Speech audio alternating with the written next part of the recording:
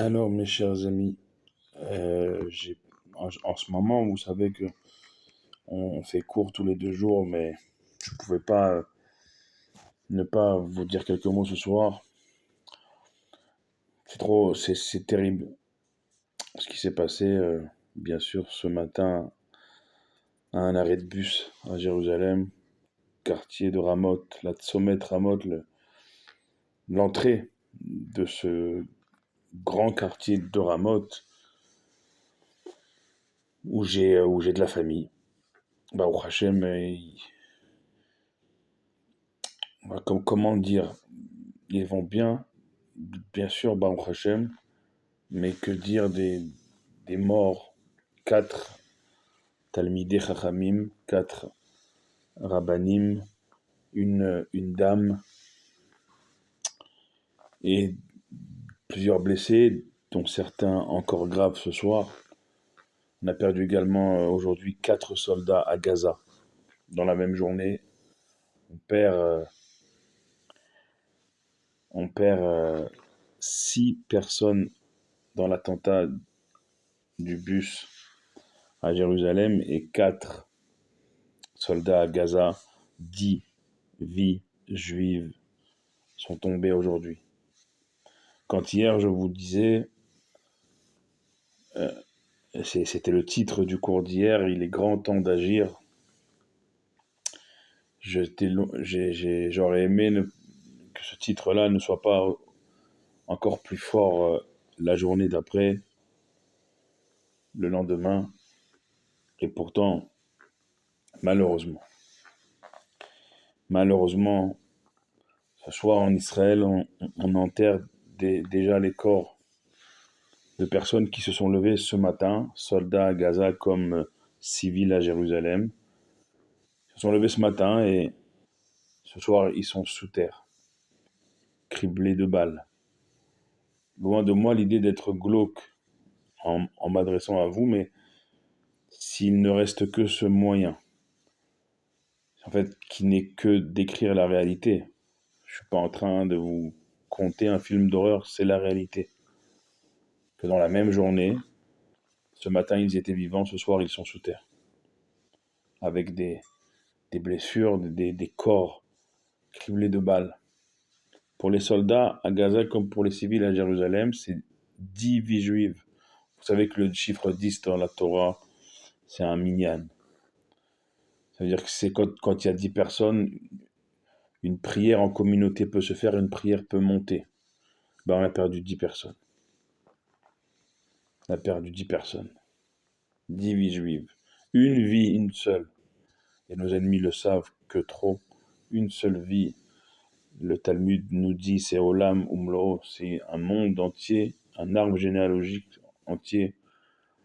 On ne peut pas s'imaginer là dans quel état sont les parents des soldats, les enfants des civils qui ont vu leurs enfants et leurs parents en vie ou les ont entendus au téléphone en vie ce matin. Ce soir, ils font Kaddish. Ils s'assoient dans la Shiva. Et à côté d'eux, qu'est-ce qu'on fait? Qu'est-ce qu'on fait ce soir? Concrètement, et je pense que tous les mots sont superflus et bien trop faibles. On n'a jamais eu un tel bilan depuis, bien sûr, le 7 octobre, des centaines de morts le jour même. On est à 1900 morts, 1935 morts. 100, c'est 10, donc on est à 1945 morts, 1945.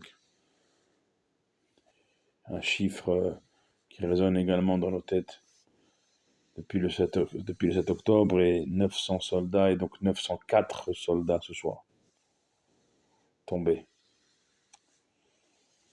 Je pense qu'il n'y a aucun Dvar Torah qui pourra nous réveiller plus que les faits, la réalité que je viens de vous ramener d'aujourd'hui. Je ne pense pas que entre nous il y ait chas v'shalom un cœur de pierre. Je pense que même le temps d'un moment, on ne peut que être dans dans l'affliction, dans la compassion, dans la tristesse, parce que ça ne s'arrête pas en fait. Et parce que on a eu aussi aujourd'hui des alertes en Israël pour des missiles encore tirés depuis le Yémen. Sur tous les fronts, on, on veut tuer du juif. Et ceux qui pensent que ben, je sais pas ce qu'ils pensent en fait. Vous savez, le juif, il est, il est de partout montré du doigt. Et quand en plus il a l'outrecuidance de vouloir vivre sur sa terre ancestrale, sur la terre d'Israël, être un soldat, défendre cette terre et habiter Jérusalem, alors là, c'est le comble du supportable pour nos salopards d'ennemis, salopards de terroristes, terroristes sanguinaires avec lesquels on nous demande un cessez-le-feu, des négociations, un accord. On amène cyniquement. Enfin, tout est cynique en fait. De l'autre côté,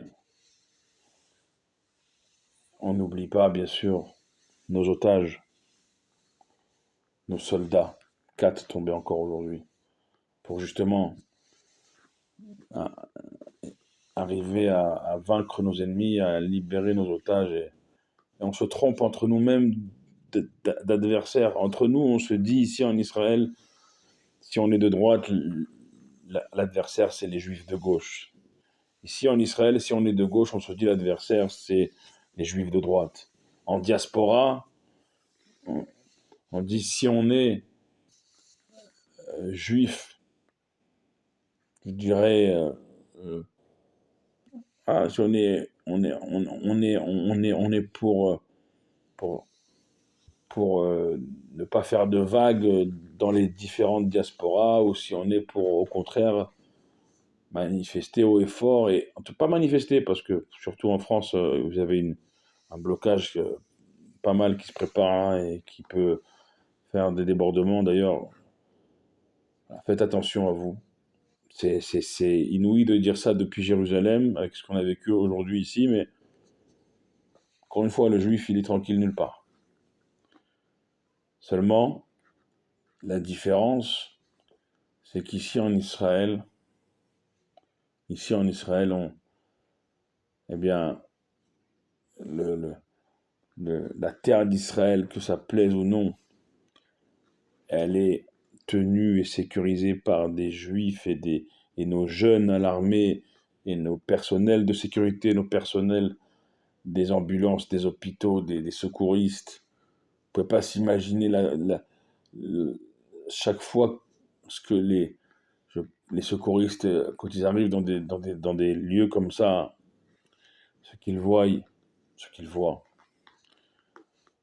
Il y a ceux qui, 2 ans après, ne se sont toujours pas remis de ce qu'ils ont vu le 7 octobre. Et voilà qu'aujourd'hui, alors, on voit les traumatismes aussi. Moi, je suis un habitant de Jérusalem. Ramoth, je vous dis, j'ai de la famille là-bas. Et jusqu'à récemment, j'y allais toutes les semaines. Ça ne veut pas dire que j'arrêterai. Ce serait trop leur faire plaisir à ces pourritures.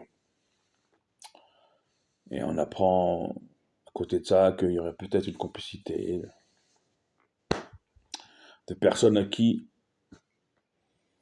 on nous accuse, nous, d'être génocidaires, discriminatoires, apartheid et je ne sais quel autre mot, alors que, eh bien, les personnes à qui on donne plus de droits que dans des pays où ils s'identifieraient plus là-bas, eh bien, un coup de téléphone d'un chauffeur de bus, ça suffit pour, pour dire, voilà, je t'ai amené à l'abattoir un troupeau de juifs, je sors du bus, je suis au téléphone, je te donne le signal, ils sont à toi, ils sont Je les fais descendre, ils sont à toi. Je les fais descendre, descends-les. Voilà les révélations qu'on apprend ce soir. Qu'est-ce que on nous dit à nous après? Mais faites la paix. Mais allez-y, négociez, mais allongez-vous, libérez 1000 de leurs terroristes pour une vie juive, parce qu'ils savent, nos ennemis, jusqu'où on est prêt à aller pour une vie. Et nous, entre nous, on passe notre temps, comme je l'ai dit hier, dans le cours d'hier, à être les uns contre les autres, au lieu d'être les uns avec les autres, parce que finalement, pour nos ennemis, un juif de gauche, c'est un juif de droite, c'est un juif. Pour nos ennemis, un juif religieux, c'est un juif laïque, c'est un juif. Le 7 octobre, c'était pas des religieux, c'était pas des juifs de droite, c'était des juifs laïques, des juifs de gauche, massacrés. Et aujourd'hui, c'était des juifs religieux massacrés et des soldats massacrés. Donc vous voyez que pour nos ennemis, un juif est un juif, peu importe sa religiosité, son niveau de religion, peu importe sa couleur politique, peu importe. Pour nos ennemis, un juif, c'est un juif. Et pour nous, entre nous, un juif n'est pas un juif. C'est ça le drame ce soir. Soit on continue à, finalement, on fait le boulot pour nos ennemis. Continuons dans la division et nos ennemis, on fait le boulot pour eux. Ou alors on se recentre ce soir, bien sûr dans le soutien à toutes les familles. On ne peut même pas s'imaginer ce que c'est de perdre un enfant, de perdre un parent fauché dans un attentat pareil. On ne peut pas s'imaginer des blessés graves qui luttent entre la vie et la mort au moment où je vous parle. Les familles dans l'angoisse, les traumatismes civils, militaires, tout un peuple. Et nous, qu'est-ce qu'on fait? On fait le buzz en disant c'est moi qui ai raison, t'es pas un vrai juif, t'es pas un vrai israélien, t'es pas. Et nos ennemis, ils se régalent. Ils se régalent, on fait le boulot pour nos ennemis, je le répète. Donc ce soir, il faut arrêter les conneries, excusez-moi du mot. J'ai pas l'habitude de parler comme ça, mais il faut arrêter les bêtises. Il faut se rassembler sur ce qui est vraiment important. Comme le disait le Rav Sitruk, rien ne vaut la vie. La vie, plus que les avis des uns et des autres. Taisons-nous. C'est Yag la Chorma Shetika, nous disent les Pirkei Avot. Le signe de l'intelligence dans la Torah, c'est le silence. Taisons-nous. Réunissons-nous autour de la vie, autour de chaque vie juive. Le Rabbi dit chaque vie juive, Erchéou telle qu'elle est.